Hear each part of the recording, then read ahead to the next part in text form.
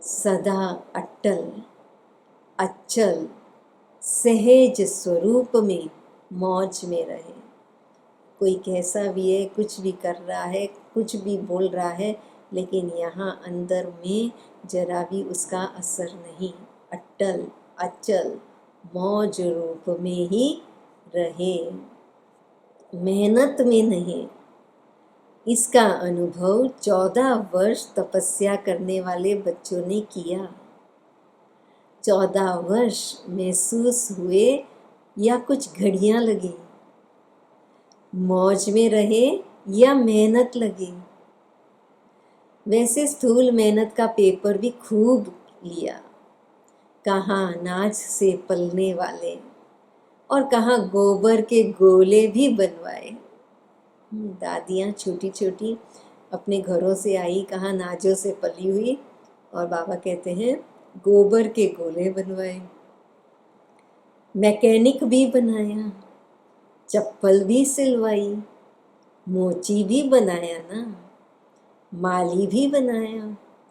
लेकिन मेहनत लगी या मौज लगी? सब कुछ पार किया, लेकिन सदा मौज के जीवन का अनुभव रहा। जो मुझे वो भाग गए, और जो मौज में रहे वह अनेकों को भी मौज की जीवन का अनुभव कराते रहे। अभी भी अगर वही 14 वर्ष रिपीट करें तो पसंद है ना? अभी तो सेंटर पर अगर थोड़ा सा स्थूल काम भी करना पड़ता है तो सोचते हैं, इसलिए संन्यास किया क्या? ये सब स्थूल काम करने के लिए? क्या हम इस काम के लिए हैं यहाँ पर? मौज से जीवन जीना, इसको ही ब्राह्मण जीवन कहा जाता है। चाहे स्थूल साधारण काम हो, चाहे हजारों की सभा के बीच स्टेज पर स्पीच करनी हो, दोनों मौज से करें। इसको कहा जाता है मौज के जीवन जीना। मूंझे नहीं। हमने तो समझा नहीं था कि सरेंडर होना अर्थात ये सब करना होगा। मैं तो टीचर बनकर आई हूँ, स्थूल काम करने के लिए थोड़े ही संन्यास किया है। क्या यही ब्रह्मा कुमारी जीवन होती है? इसको कहते हैं मूंझने वाली जीवन। तो बाबा कहते हैं मेहनत और मूंझ, या फिर मौज और मुस्कुराते रहो। क्या अनुभव करना है वो मेरी चॉइस है। तो बाबा कहते हैं ब्रह्मा कुमारी बनना अर्थात दिल की मौज में रहना, न कि स्थूल मौजों में रहना। दिल की मौज से किसी भी परिस्थिति में, किसी भी कार्य में मूंझने को मौज में बदल देंगे। और दिल के मूंझने वाले श्रेष्ठ साधन होते हुए भी, स्पष्ट बात होते भी, सदा स्वयं मूझे हुए होने के कारण स्पष्ट बात को भी मूझा देंगे। अच्छे साधन होते हुए भी साधनों से मौज नहीं ले सकेंगे। ये एग्जाम्पल देते हैं ना कि बहुत ही बेस्ट, एकदम अच्छी गाड़ी में बैठे हैं, आनंद ले रहे हैं, लेकिन न्यूज़ आ जाती है कि आपके जो एकदम नज़दीक के, चाहे माता पिता भाई बहन जो भी है, वो चले गए, वो अब नहीं रहे। अब कितनी भी अच्छी बढ़िया ते बढ़िया गाड़ी है, लेकिन मन कैसा हो गया? उदास, उस चीज़ का आनंद नहीं ले पा रहे हैं। तो जब मन में उदासी है, मन में मूंझ है, कितनी भी बढ़िया गाड़ी है लेकिन रास्ता ही नहीं पता कहाँ जाना है, क्या करना है, मूंझ है, तो इतनी बड़ी गाड़ी का वो खुशी ही गायब हो जाएगी।